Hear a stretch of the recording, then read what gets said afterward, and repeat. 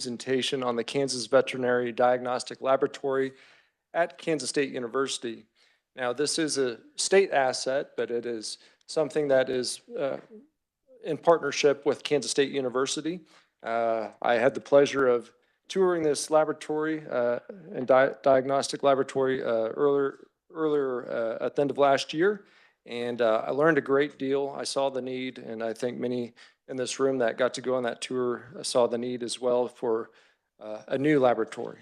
And so in discussions with House leadership, they wanted us to do this joint hearing today, and because there is still an opportunity to look for a path forward on this project, perhaps this session. So we want to share and learn more about this project and to see what we can do to support it. So I'm very pleased to have with us today Dr. Richard Linton, president of Kansas State University, to do the presentation about the Kansas Veterinary Diagnostic Laboratory. So welcome to the committee, President Linton.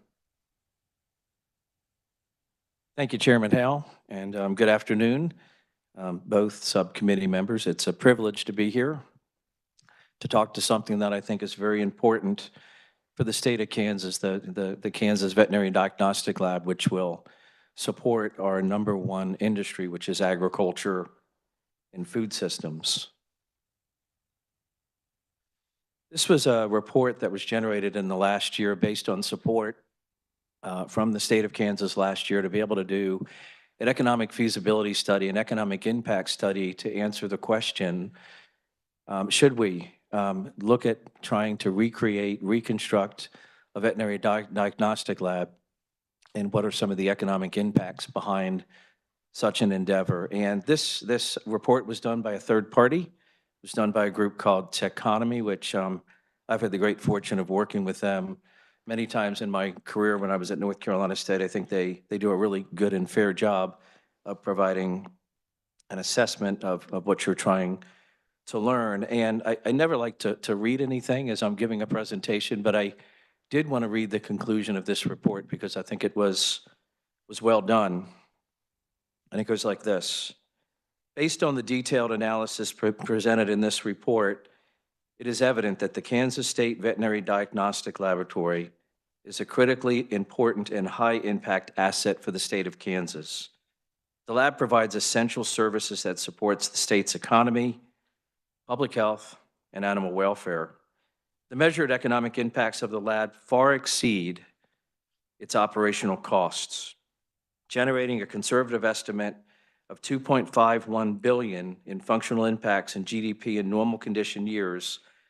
The ratio of impact benefits to operating expenses for the diagnostic lab is over 113 to 1, supporting $125.7 million in total state tax revenues annually in normal conditions.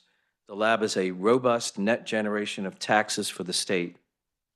All the more so given that 64% of the diagnostics lab annual funding comes from out-of-state sources, and I'll show you that in just a moment. To sustain it and enhance its positive impacts, investments in new facilities and infrastructure is necessary.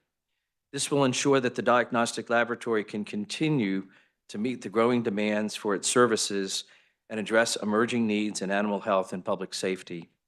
The positive impacts of such investments would extend far beyond the laboratory itself, reinforcing the entire agricultural value chain in Kansas and contributing to the state's overall economic resiliency and prosperity.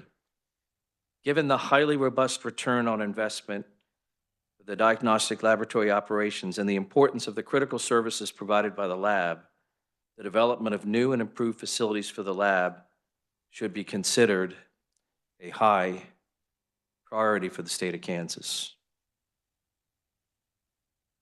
So I've already, through the conclusions, kind of demonstrated, I think, the strong economic impact of the services of the diagnostic lab. But I also just wanted to remind all of us of the importance of the animal and livestock industry in the state of Kansas. It's a $57 billion economic impact to the state of Kansas. It employs over 140,000 people. And we are ranked in the top of the nation, #3 in beef production, #2 in cattle processing. and #1 in export of beef and beef products. So what is the diagnostic laboratory? The diagnostic laboratory, like in many other states, is an agreement between the land-grant university and the state.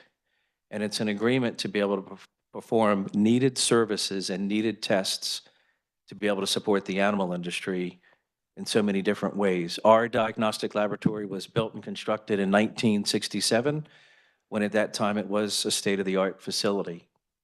Today, over 500,000 tests are done each year, and it employs about a little over 100 people with laboratory technicians and specialists that are on staff.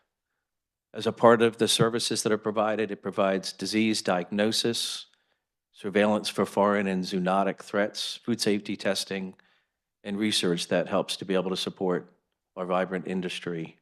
It supports our industry through livestock, companion animal, as well as wildlife health services. These are the many different stakeholders that are all important to the state of Kansas that this diagnostic lab supports.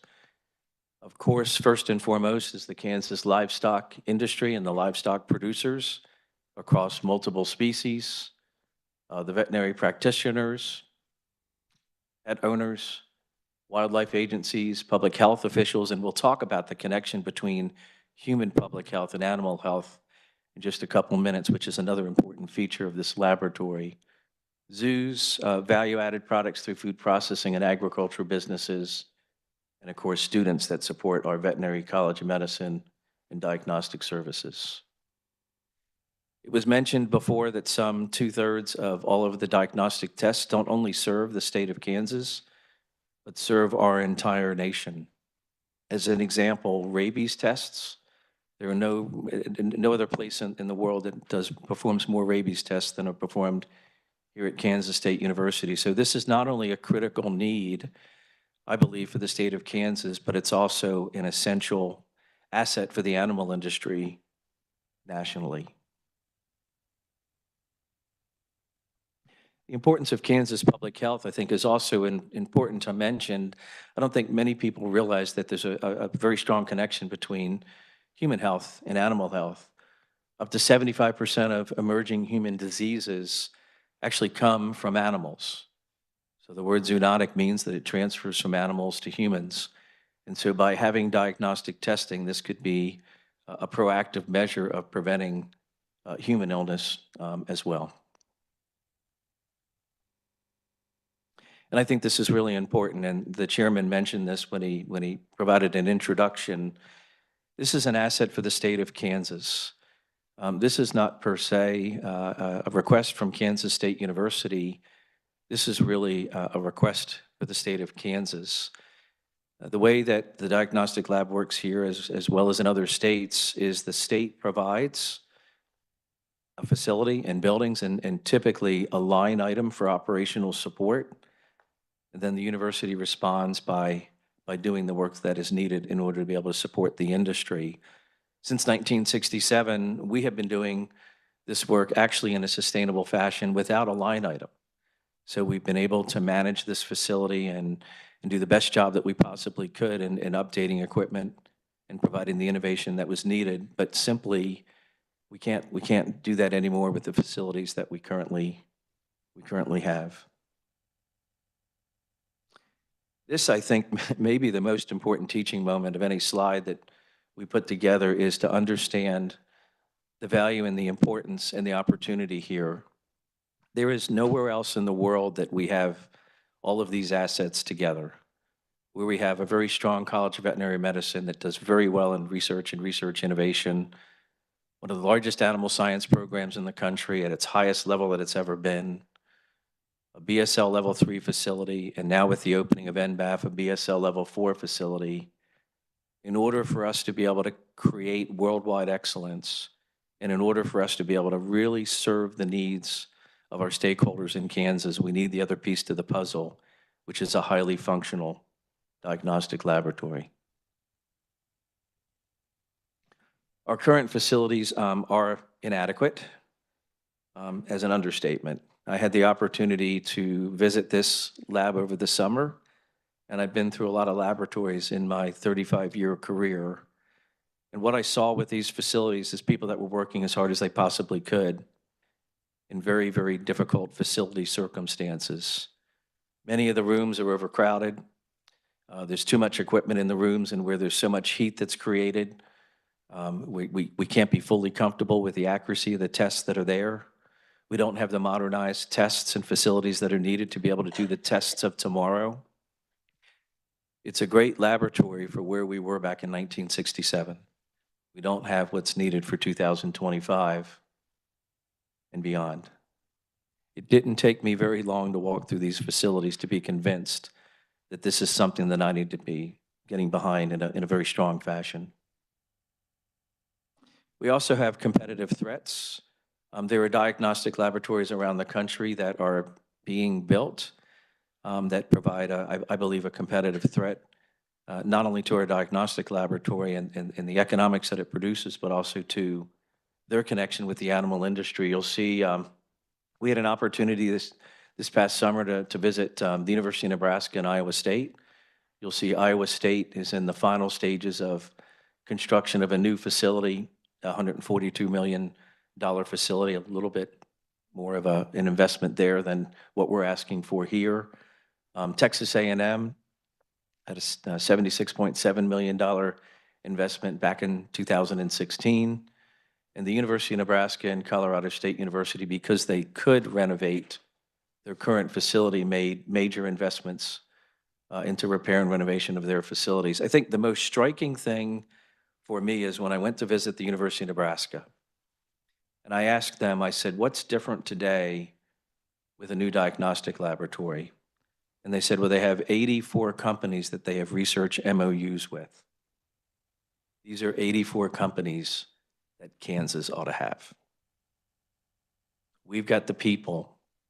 They have the facilities. If we had the people and the facilities, I think it's a huge opportunity for us to be able to interact with these industries. You know, a lot going on in the animal industry today. This is just an example of what's happening with bird flu. And when you guys go to the grocery store and you pay $9 for eggs, you're paying $9 for eggs in part because of the bird flu challenge that's out there. We have, with our scientists in our BSL Level 3 and BSL Level 4 facility, are able to do the research, and pairing this up with diagnostic laboratory tests with the diagnostic laboratory is going to be critically important in moving forward. We also have a promise that we made 20 years ago. And that promise that was made is if we could get Plum Island to move to the state of Kansas, which we now call NBAF, that we would be fully equipped to be world-class, to be able to partner with them in the highest level possible. With the diagnostic laboratory in the current condition that it's in, we can't fulfill the promise that we made 20 years ago. This is the opportunity. Many of you have probably heard of the Animal Health Corridor, which really exists mostly in the state of Kansas and the state of Missouri, but also touches parts of Nebraska. This is 300 plus animal health businesses. It's the most highly concentrated area in the country for animal health kinds of businesses. 56% of global sales in animal health for diagnostics and pet food come from this small region of the company, of the country. Our opportunity with the diagnostic laboratory to be able to work with and to partner with these 300 plus animal health businesses only provides other opportunities to be able to encourage companies to come closer to the state of Kansas and to be able to work with them on other important research innovation projects. I believe without an animal diagnostic laboratory, our abilities to be able to form those partnerships is greatly diminished. So I want you to think of this akin to the Kansas Health and Environmental Laboratory that I believe is in the final stages of completing for construction. This is a $73 million facility that does similar functions, but on the human health side. Again, this is a state of Kansas facility, a state of Kansas entity, much like the diagnostic lab would be. The partnership with Kansas State University is to operate that facility to be successful. I was overwhelmed with the support that came back from the industry. We had a stakeholder phone call last week to talk about actually a beef feedlot project that we're working on. And there were multiple members on the call that had learned that I had an opportunity to be before you today. And they wanted to write letters of support, and we have several copies of letters of support that have come back from the industry. And I just wanted to, let me grab my notes just a minute here.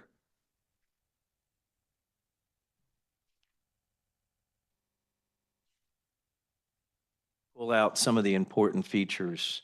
You'll see on the screen here, we have prominent livestock producers here in the state of Kansas. We have the Kansas Livestock Association and Kansas Farm Bureau, and most of their letters focused about this incredible partnership opportunity with NBAF and USDA, this incredible partnership that we could have with the Animal Health Corridor and the pet food industry.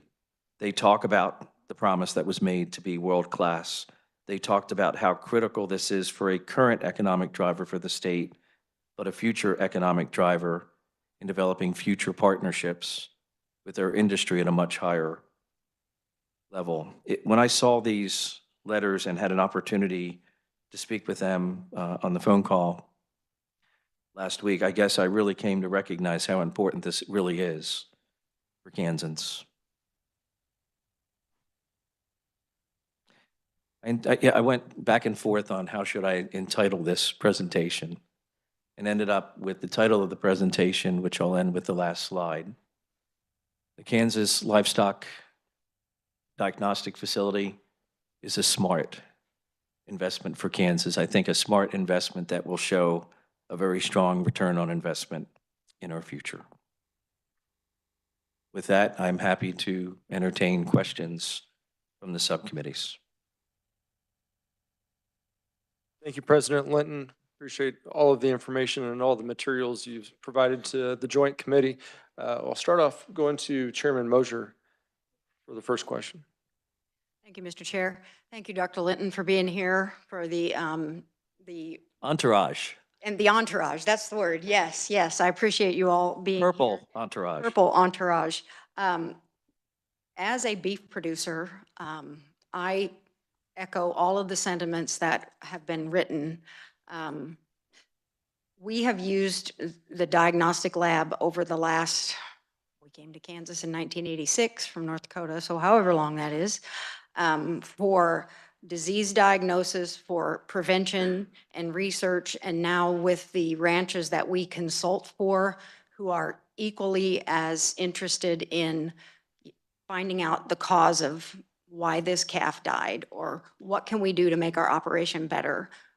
We have continued to use the diagnostic lab, and I just can't stress enough how valuable this is for the protection of our food supply, not just in Kansas, but all across the nation. And so I am in complete support of this, and I will do whatever I can to help make this happen.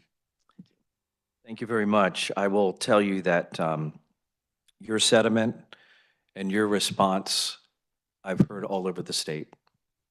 This is something that I think has been needed for a long, long time. So thank you. Thank you, Chairman. Other questions for President Linton? Anybody from the committee? We'll go to Representative Fairchild, then I'll go to Representative Rausch's. Thank you, Mr. Chairman. The universities came to us for several different bonding requests, which we granted. And so my question is just, is it not possible to fund something like this through granting you additional bonding authority, or does this have to be done through the state general fund and through the state appropriations? So I think when we look at other areas where we've requested bonding authority, like the Agricultural Innovation Project as an example, that is a project that certainly benefits the state, but also is a needed priority for Kansas State University in order to be able to do research, teaching, and outreach. This, I think, is very different. This is a state of Kansas facility that, in my viewpoint, should be supported by the state of Kansas through appropriations, where our partnership in this effort is we provide the operational support and make the work happen within that facility. This is a common relationship and a common agreement that you will find in other land-grant universities in other states around the country. I think it's very, very different from the Ag Innovation Project and very different from the beef feedlot. So in those two projects, as an example, the Ag Innovation Project is actually 9 buildings. I can't believe that we're doing it, but it's 9 buildings. We received $75 million in ARPA funding over a 3-year period for that, but we'll raise $136 million as our partnership in that effort. And so we're clearly raising a lot of money and doing a lot of work to be able to help support our industry because it's a need for Kansas State University. The beef feedlot, as an example, is going to be about a $20 million project, which we will fund that 100% through philanthropy. Again, because it's an important Kansas State University entity that we must have on our campus in order to run the university, in order to have our faculty be effective and produce high-quality students for the workforce. This is different. This is a state of Kansas essential asset that we provide the operational support relative to our partnership. Follow up to Representative Fairchild. Thank you, Mr. Chairman. And how much is the total cost going to be, and is it going to be a one-to-one match? So the total cost on this facility is $130 million. We would ask that this be a full 100% state appropriation. Thank you. Next, we'll go to Representative Rajas. Thank you, Mr. Chairman. I think I've been in this room before. So I've never been on this side. So now I know I see things the way Representative Fairchild sees things. No, I'm just, maybe not everywhere. But Mr. President, thanks for being here. I have a couple questions, Mr. Chairman. You know, I think as we look, and you bring it up, and I'm glad you have the picture of the new lab that's being built just across the way, and it's, you know, the signage says State of Kansas Health and Environmental Laboratories.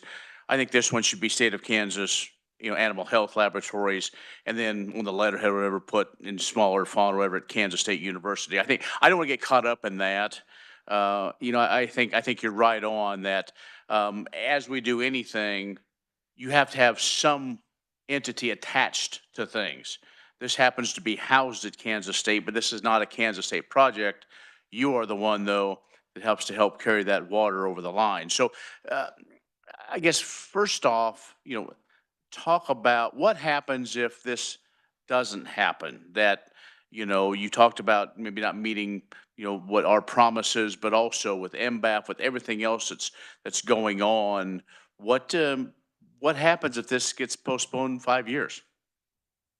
I think if we're not able to deliver on the promises I had mentioned before, we lose opportunities to be able to provide the diagnostic testing that's needed for the industry. I think we lose out on many incredible partnerships with industry that Nebraska and Iowa are taking from us right now.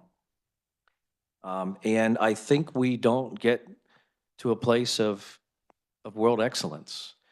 You know, I think we all want to be incredibly excellent at something. In Kansas State University, because of the assets that we have on that campus, we have an opportunity to position Kansas to be the best in the country relative to animal disease and diagnostics. And this is a critical piece of the puzzle that without it, we're not going to get there. So less partnerships, less driver to the economy, and we don't get to where we need to get, which I think is global excellence. Mr. Chairman, I'll be quick here. You know, I know you went to University of Nebraska, Iowa State to look at their facilities. Not to say that if you came back with envy, but what are they doing? Because we all know, and the legislature has been a great partner with K-State over the last several years to shepherd through the Ag Innovation Center and all the great things that are going on. A little difficult to get around campus right now, but that's a good thing. But talk about what you gleaned from going to those two facilities, because it's still a competitive world. So I think when we went to both places, we had a mixture of scientists, stakeholders, and legislators.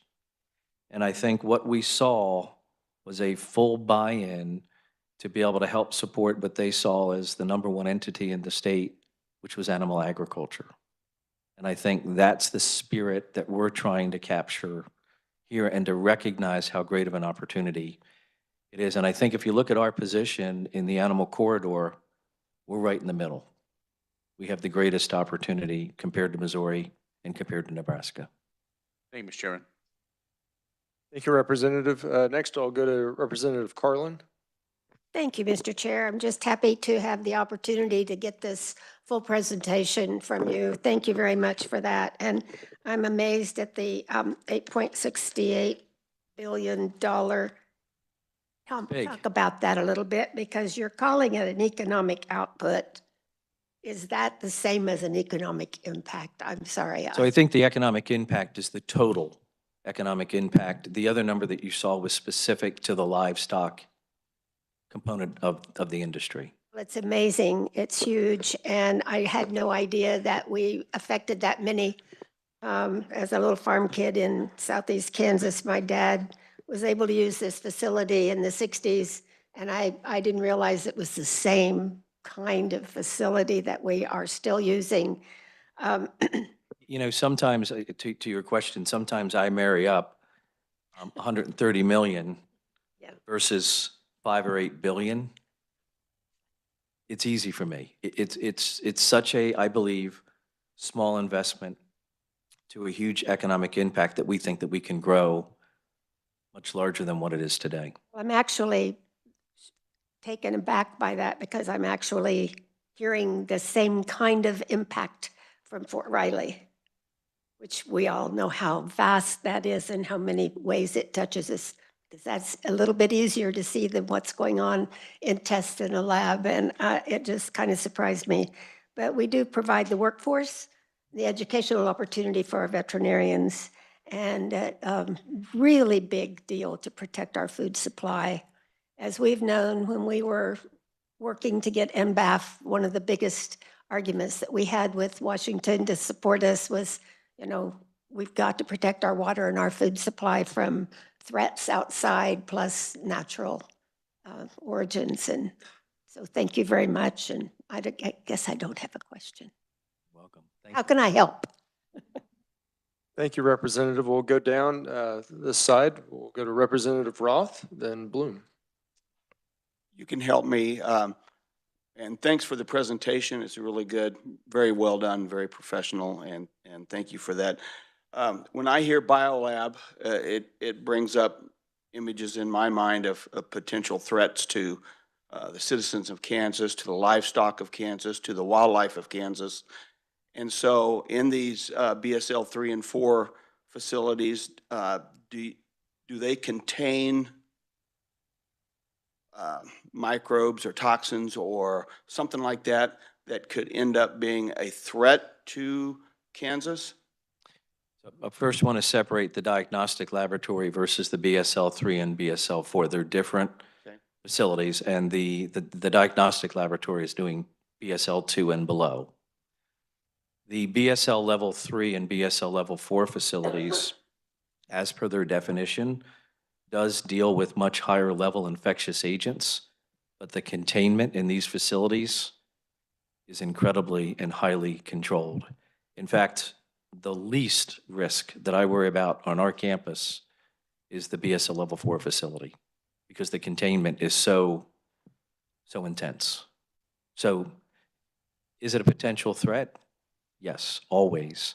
But the risk of that threat and the probability of that threat is almost zero because of the containment. Okay, and so with worst case scenario, an EF5 comes through and blows through the facility, is there potential of that being spread statewide, or, I mean, in the area where the tornado hits? So I don't have the specific value in front of me, but we can get it to you. But it's something like a Category 9 tornado, which I think has never happened before, and taking a car and trying to throw it through the building, and it still wouldn't break the containment. Thank you so much. That helps me. Welcome. Yeah. Next, we'll go to Representative Bloom. Chairman. Good afternoon, sir. Did you say you were having trouble collaborating with NBAF, or you weren't, or? No, I had mentioned that 20 years ago, when we were in the running to be able to work with USDA, ARS, and NBAF, the promise was that we were going to have the capacity to be able to partner at the very, very highest level. This would enable us to form the highest level partnership possible. You can still partner with them. We can still partner with them, yes. That's correct. You have to have this new facility to partner with them. Can you do it now? We can do it now, but we can do it much, much better with a much better equipped diagnostic laboratory. And I think that was their expectation 20 years ago. I think they didn't want to come and work with an organization that could just partner with them. They wanted to work with an organization that would partner with them at the very highest level. You're welcome. Are there other questions from the joint committee? We've got a Representative Haskins. Thank you, Mr. Chair. Thanks for your presentation. And once again, I'm always blown away with the quality of presentation that K-State brings. So, and I mean that. It's. I also appreciate that, you know, that you added pictures this time of the facilities that and what it looks to give us a feel for it. And I really like the connection of with the Kansas Health Environmental Laboratory that we're building here. But I wanted to talk a little bit, two things. One, tell us about student retention, because if I'm recruiting a student and I have a facility like what you showed in Iowa or Nebraska, and they have flexible out-of-state tuition and flexible scholarships, how are we doing retaining our Kansas students to come to K-State? Yeah, I'm glad you asked that question. When I started 3 years ago, my number one goal was recruitment, retention, and graduation. And I'm here to say that all three of those numbers are significantly up. Let me give you some details. With our undergraduate enrollment, we were at 18,700 3 years ago. We're at 2295 today, with hopes of getting to 21,000 by this next fall semester. We've done that with better communications, better technologies, working better with parents and guidance counselors and students. But we've also raised $200 million in philanthropic support. And the $200 million in philanthropic support has gone towards impacting student affordability and student debt, which I think has been a game changer. And so 3 years ago, we didn't have robust in-state and out-of-state scholarship programs. Today we do. The average in-state student's probably paying about 60% of in-state tuition. We now have an out-of-state program that is mimicked off of the University of Arkansas, who had a great program that grew 5,000 students in 5 years. And the idea there is any student that comes in with a 3.8 from anywhere in the world, they get in-state tuition. And it scales down to a 3.2 and they get 50% off of out-of-state tuition. It has been our number one goal since day one. And it's the very first thing that I talk to my provost about every single time that I meet with him. Having facilities like the Ag Innovation Project and the beef feedlot and the diagnostic laboratory and opportunities to partner with USDA ARS on BSL Level 4 does nothing but help us from a recruitment, a retention, and a graduation perspective. On the retention side, we're doing all sorts of student support services, ranging from everything from helping with tutoring to mental health, to physical health, everything that we possibly can in order to be able to retain them so that they will successfully graduate and then get a job. 81% of our students receive some form of financial aid by Kansas State University. That's almost 3 times more than any other place I've worked. And 96% of them have a job upon graduation or vet school, medical school. Thank you so much. And just comment on that is that, you know, because I know University of Nebraska has a Presidential Promise Scholarship and that they're opening it up to out-of-state students, and then that it's, you know, the best and the brightest. And they actually, everything's full tuition room and board, plus they get a $5,000 stipend. And those are the students that we would want to retain with that type of investment into your program, because, and I'm definitely a B student and I appreciate any offer that I receive, but that's what I am worried about, is if we don't address the issue, then we're just time and time again, we're going to lose those students that we should have retained, just because I not go to the best facility if I feel like I'm the best mind or future mind in that area. My last question on this is, and you brought it up with ARPA funds, and then I remember that USAID gave you a $50 million grant and November, I looked it up, November. And what I'm concerned about with today's culture, when we're relying so much on federal funds, if we don't match or cover that we're going to be even in a world of hurt. And so can you talk to us about how much is supported by the federal funds, and whether in this initiative or just overall K-State survival? Yeah, let me talk about where we are, where our goals are, and then I can specifically address some of the current challenges that we have. So we started 3 years ago at about $180 million in competitive funding. Last year we were at $225 million. Again, last year's jump was the biggest in the country from a land-grant university perspective. So we're doing a better job of understanding how to get these competitive grants. And our goal will be to get to $300 million by 2030. That's our aspirational goal. The world has changed in the last few weeks. And we actually have in jeopardy about $119 million in competitive grants. You mentioned one, a $50 million USAID grant, which is an international agricultural grant, which we believe is critically important, not only from a grants perspective, but from a national security perspective.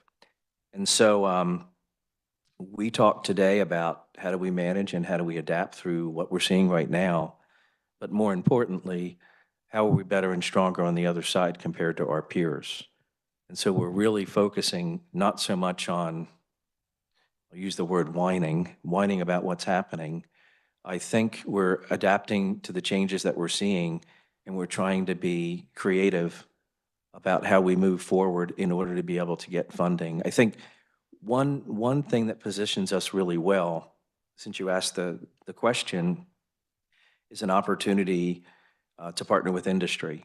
And so we just, over the last year, brought together all of the components around research innovation, from intellectual properties to commercialization, to entrepreneurism, to economic development, to corporate relations, because that we know that we can do a better job in working with industry. And so maybe one of the opportunities is to relook at that opportunity for leveraging our ideas and our resources to solve the complex problems with a partnership with industry. You have to be careful to ensure that it's non-biased research, but I think that's an opportunity. Already, the faculty member that got the $50 million grant, which was the largest in our history, we worked really hard to get it. Already, he's come back to me and said, I've already written 4 or 5 grants for other agencies to be able to recapture this funding. That's the spirit that we're trying to put in place. I commend that. That's fantastic. And just colleagues, with USAID's funding halted, I mean, that's $10 million a year for 5 years. It's a $50 million grant that's spread over 5 years. So, It's tough. and that's the way it is now. That fund seems to be gone. So, moving forward. Thank you. Welcome. Thank you, Representative. Next, we'll go to Vice Chair Sanders, then Amix, then Vice Chair Long. All right, I've got 3 or 4, if I might, Mr. Chairman. So you cited 4 Midwest universities that are competitive threats. 2 of them built new, 2 of them renovated. Why do we need to build new? Why isn't extensive renovation a possibility? Because the cost of doing renovations would be larger, and you wouldn't get the overall impact that you're looking for. That's how old this facility is. If we were to try to renovate, it would cost us more and we would get less. So if we were to appropriate this money, we the state, and you could get started on it, when? Day after tomorrow. Okay. And so take me through the process of how long it would take to get it built and up and running.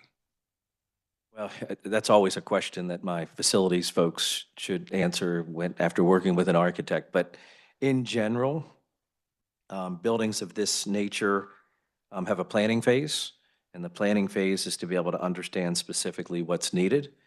And then the architect works in the planning phase and then works with a construction firm. Typically, that's about a 6-month process, and then typically construction for a building of this size is typically 2 to 2.5 years. So we're behind the 8 ball now. Yes, we are. And so that makes the need for getting this going as soon as possible more critical. I don't mean to put words in your mouth, but is that what your testimony is? I would say you're 100% correct. Sooner than later. This is an urgent need, I believe. And I would take it that the existing lab could tie us over until this is done. Well, it's been tying us over. I think not in a favorable way, but it would need to tie us over. I think even with the conversation about construction of a new facility would enable us to be able to start building those partnerships with industry as an example. So that could actually happen faster than when the building is finally completed. But yeah, that's what we have to do. And if this is, you know, if people see dirt moving, it's obviously going to attract students and whatnot. Moving dirt's a good thing. Okay, all right. Thank you for your presentation, President. Shovels and scissors are two of my favorite things as a president. Thank you, Vice Chair. But you got to have the shovel before you have the scissor. Thank you, Vice Chair Sanders. And just to follow up, if I may, and you can correct me if I'm wrong, but is it not the case that the current facility has laboratory spaces in 5 buildings? Is that correct? 5 buildings with a little red car that drives samples from one building to the other building. Right. I just wanted to make sure that the committee understood that it was kind of spread out. So next we'll go to Ranking Minority Member Amix.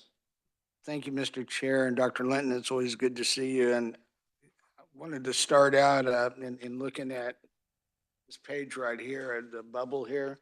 Yes. My hometown looks like it's been moved down to by Emporia. Sorry about that. I know it happens. Yeah. I do appreciate. Do you like it in the new location, or is it better where it's currently located? It's fine where it is. Okay. I do want to thank you for bringing up the animal corridor. And I think that that's something that's so important to the region and everything that's going on as part of that corridor. I feel very privileged to be a part of the Lawrence connection. We'll call it Lawrence and KU connection with Innovation Park in the early days of the development. So that's really fun to see, especially the expansion and everything that's gone along with that. And your figures talk about 56% of the global sales, come from, this area or affected by this area. So that is something really, really huge. And I make no bones, I'm on board with this. I may not know a lot of things about ag other than listen to Rajesh when he's doing the ag report on TV. But I do know facilities, and I do know that we have to have, best facilities if we're going to be able to attract the businesses and the things that go along in this corridor. And again, looking at the effect and the importance of of this corridor and what it's going to mean, especially to food supply, I think that is so important. But as we look at, this being the next step. K-State's end. What is the item after this? What is that next item? The item after this, it's a long list. Facilities wise, so I think there's 3 kinds of facilities that are in our future relative to ideation and need. One is just restoration, which is Anderson Hall. We're working on Anderson Hall through the Campus Restoration Act, and that is a 1-to-1 partnership in funding. But we also know that we're going to need to, in the future, have an interdisciplinary science building, an interdisciplinary science building that brings some of our other sciences together, like engineering and arts and sciences, and health and human sciences. That's a need that someday is going to need to be on our campus. And the other thing that we're working on really hard is having a centralized area for all of our student services. Much like the veterinary diagnostic lab, where there's 5 different locations for our student services, there's just so many different locations on campus, and we're trying to centralize all of these activities with these 3 projects that are futuristic down the road.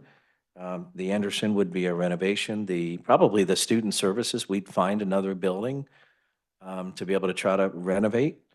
But I think with an interdisciplinary science building down the road, that's probably going to need to be a new modernized facility. But in that case, Kansas State would be a huge partner from a philanthropic standpoint.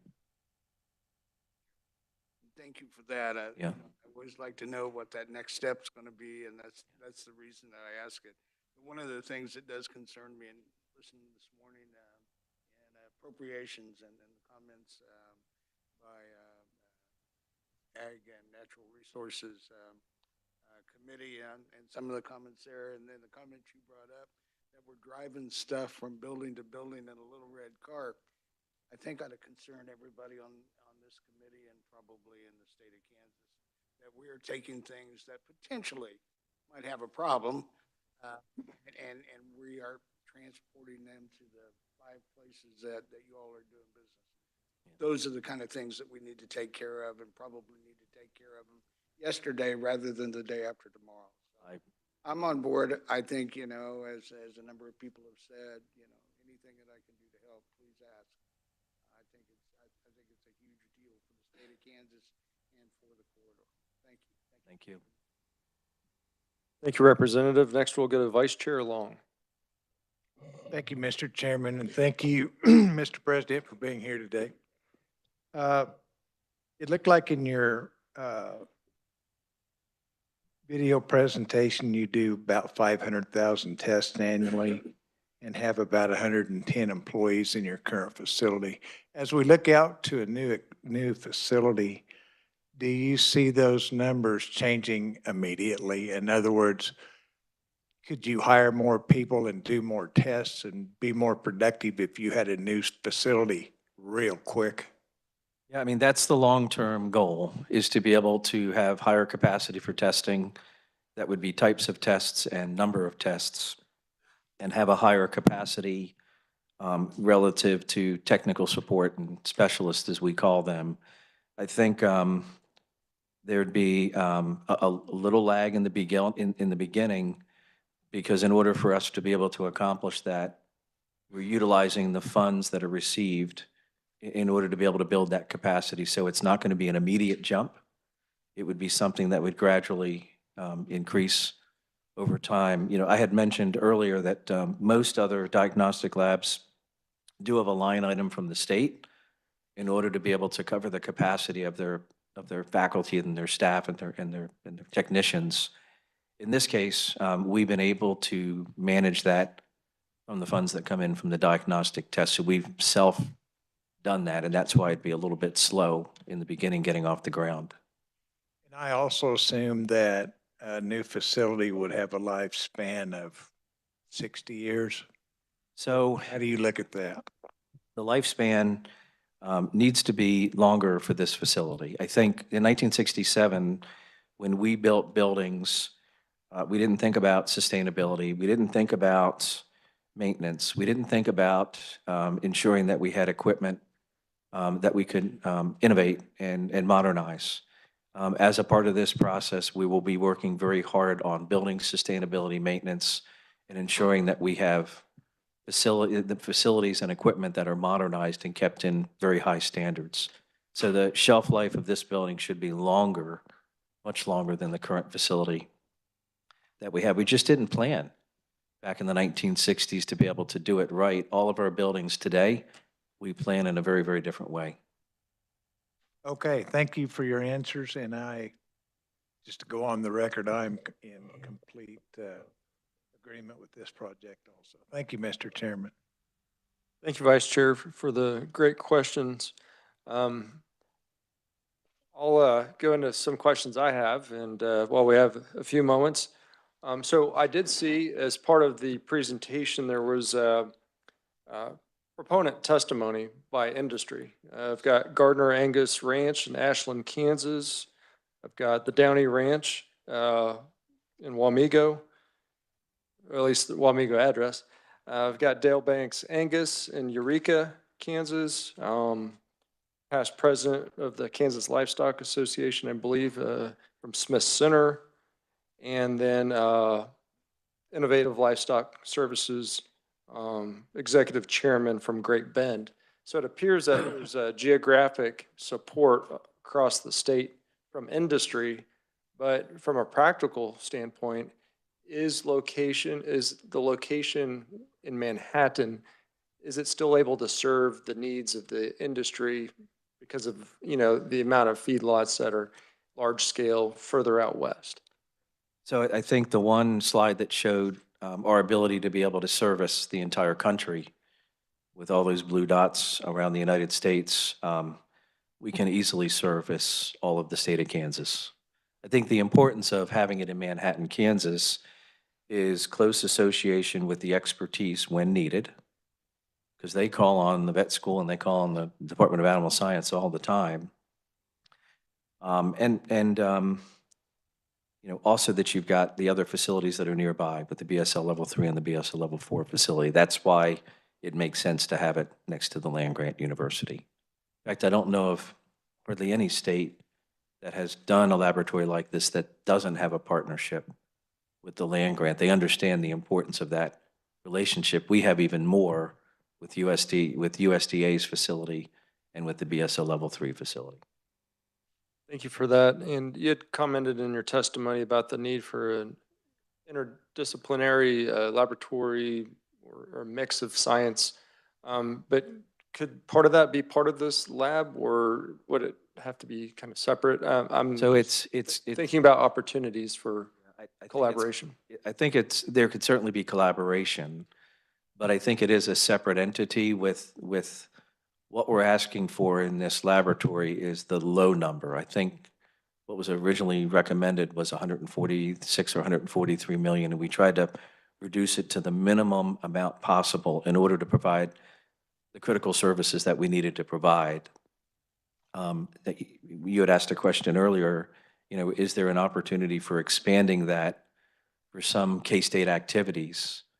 That's not something we've explored yet, but we'll certainly go back to the drawing board and think about that. But if we were to do something like that, Kansas State would be responsible for that, because that wouldn't be a state of Kansas, facility. I think, to get back to your first question, maybe more directly, I think this long-term vision of what we're calling a STEM science building would be a separate facility that would work on its own with its own interdisciplinary teams, but there could be some relationships across the two facilities down the road, certainly. Thank you for that, President. I know also housed, or at least headquartered in Manhattan, is the Kansas Department of Agriculture. So that's a nice piece to the mix as well. And there's a laboratory, I believe, not too far away from one of the satellite laboratories for this diagnostic lab. So is there any collaboration opportunities with another state agency like Department of Ag to do something? Potentially, and I think you mentioned something I probably should have mentioned. In addition to all of those assets I described, we also do have the Kansas Livestock, the Kansas Farm Bureau and the Kansas Department of Agriculture also sitting in Manhattan, Kansas. But there could be partnerships and relationships with two state lab entities. Thank you, President. Are there any other questions from the Joint Committee? Representative Roth? Thank you, Mr. Chairman, and thank you, Mr. President. In my mind, I'm the least knowledgeable here about whatever we're talking about, and I easily recognize that, and I'm sure you will too. But I'm just thinking in my mind, I don't understand the testing. So just, and you can check my numbers, but because I could be off, but if you got 500,000 tests a year, and there's 260 work days out of the year, that's about, round numbers, 1,900 tests a day. And so do the tests take very long, or I mean, I don't understand that. And I'm just thinking numbers wise, and it's probably not relevant here, but I'd like to know. I mean, just because that's a lot of stuff going on in one day. So some of these tests could be very quick tests with a matter of minutes or hours. Some of these tests could take days to perform. So there's a wide variability of the kind of test and what you're looking for and how long that might take. But yeah, your math is correct. About 2,000 tests a day. Thank you very much. Thank you, Mr. Chairman. Thank you for that insightful question. That's important. Representative Rajas. Thank you very much. Sorry to second time around here, but I guess I want to kind of build just a little bit of a picture or bridge for this. And I want to make sure we don't go down the path, because President Linton is here, that this is again a K-State deal. It's housed in Manhattan, and the president brought up years and years ago, it was decided that, you know, with the land grant and many of the ag groups needed to be close. So Farm Bureau, the Department of Agriculture moved a few years ago. The Farm Service Agency for the state of Kansas is also in Manhattan, a few blocks away. And so to address the situation of, you know, the folks, the industry leaders that sent letters that we have in front of us, yes, are all over the state, but many do a lot of work in Manhattan. And so it just makes the synergy of this so critically important. And so I want to make sure we don't get kind of caught up in trying to make it campus centric, if you will. If anybody knows, serving on this committee in the past, I have been a little critical of not giving enough attention to those out in the country and being campus centric at Manhattan. But for this one, I do appreciate it. But my point is that, you know, what is K-State's is K-State's, and this is the state of Kansas. This is something that is for all of us. And as I said earlier, if we make the sign, the Kansas Agriculture Diagnostic Lab, and in smaller letters at Kansas State University. And I know there's other places that have it that way as well. I believe it's in North Carolina State or other places that do that. And so, you know, this to me is colorblind, is nonpartisan. It's something that we need not only for the economics of, say, the beef industry, but also for our dogs and cats. You know, you talk about some of those rapid testing, those rabies tests that happen really quick most of the time. And so it's such a bigger thing. So if we can bring this all together, I mean, and what a feather in the cap of the state of Kansas to have these. You know, we talk about being competitive and the scholarships and all the other things. You know, this is, to me, and, you know, I was a big fan of the Ag Innovation Center, but this one is a build it, they will come. Those young scientists to see the ability that's right here. We just have to find a way to fund this.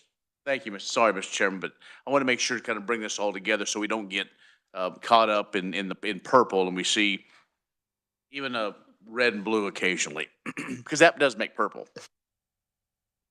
Thank you, Representative, and I will not offer my amendment to relocate it to Phillipsburg. We would have to move Phillipsburg so it was in Manhattan. Or Agra, yeah. So, no, great points there. It's good to have some of that history as well. Are there any other questions from the Joint Committee? Seeing none, I did want, before I'll let President Linton have some closing remarks, but I did want to acknowledge that we also have Dean Bonnie Rush from the School of Vet Med and the director of the Diagnostic Laboratory, Director Ritalik, I got it? All right, very good. As well as Vice President Marshall Stewart and your team. Appreciate your hospitality, especially when we got to go to campus. It was so meaningful and impactful to see firsthand what you're dealing with, whether it was the little car that has to transport things between buildings, or just seeing the stack of boxes that come in with specimens that your laboratories are charged with doing tests on. That's what Representative Roth had talked about, the amount and volume in which you're performing and doing it quite well in a confined space and not ideal space, but your team is doing an excellent job there. And I appreciate your time with our committee today, and I'll allow you to have any closing remarks you want to impart on the committee. Oh, thank you, Mr. Chair, and the rest of the committee. First of all, thank you for your interest in this important project. This is why I'm a president of a university. I feel like it's my job to be able to bring really important, urgent needs and opportunities to the state. So I thank you for listening, and I thank you for your passion for what I've called making a smart decision for Kansas. Thank you. Thank you, President Linton. Really appreciate it. So now I guess the task is up to some of us in this room, and others outside of the room, because I don't know what the opportunities and what pathways we have for getting something done in the next few weeks. Of course, as many of you know, the budget is now in the Senate, and I believe the Senate will be working on the higher ed aspect of the budget on Friday. So if you have any senators that you have conversations with, we can have those conversations, as well as leadership. We'll all be taking back to leadership kind of what the feeling of the joint committee was today. And we'll continue to look for those opportunities. But that's there's a lot of uncertainty in a legislative session, but I think many in this room, I didn't hear any opposition to anything today or any grave concerns. So as I mentioned before we met, there seems to be wide support for this project. It's just how do we get it done? So thank you again. Thank you very much. All right, is there anything, Chairman Mosier, that you'd like to, any announcements for your committee for the week or anything? Thank you, Mr. Chair. Yes, we will be meeting tomorrow at 1:30, the KU Geological, no. Oh, yes, the cleaning out the reservoirs. Sorry, I'm thinking next week already. So yes, we will meet at 1:30 tomorrow in our old room. Thank you, Mr. Chair. Thank you, Chair. Seeing no other announcements, the meeting is adjourned.